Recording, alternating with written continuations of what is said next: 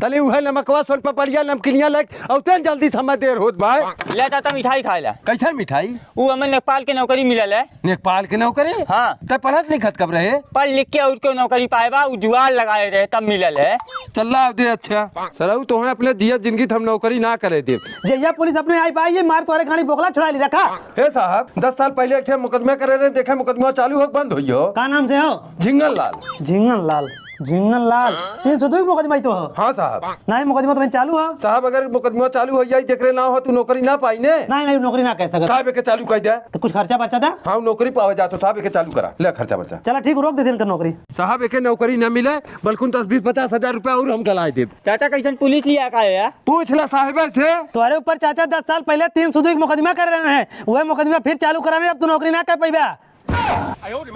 चाचा तब हम छुला ना करे रहे अपने जिया जिंदगी तो हम नौकरी ना करे दी।